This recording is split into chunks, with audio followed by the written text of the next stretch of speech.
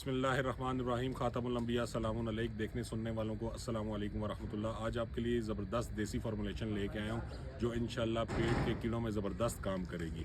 ये मेरे हाथ में आप देख रहे हैं जी, ये लहसन है, थोड़ा क्लोज़अप में भी देख लें। ये है देसी लहसन, ठीक है।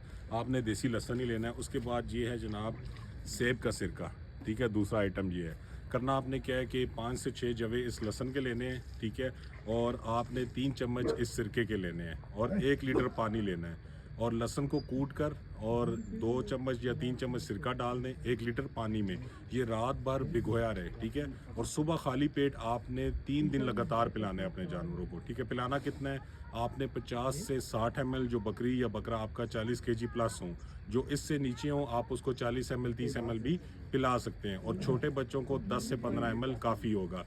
3 दिन लगातार पिलाएं, महीने में 1 बार पिलाते रहेंगे तो इंशाल्लाह जो पेट के कीड़े होते हैं वो कम पैदा होते हैं, जो ऑलरेडी पैदा हुए होते हैं वो सुस्त हो जाते हैं। तो इस तरह आप देसी तरीके से कीड़ों का इलाज कर सकते हैं। जज़ाकल्लाह खैर।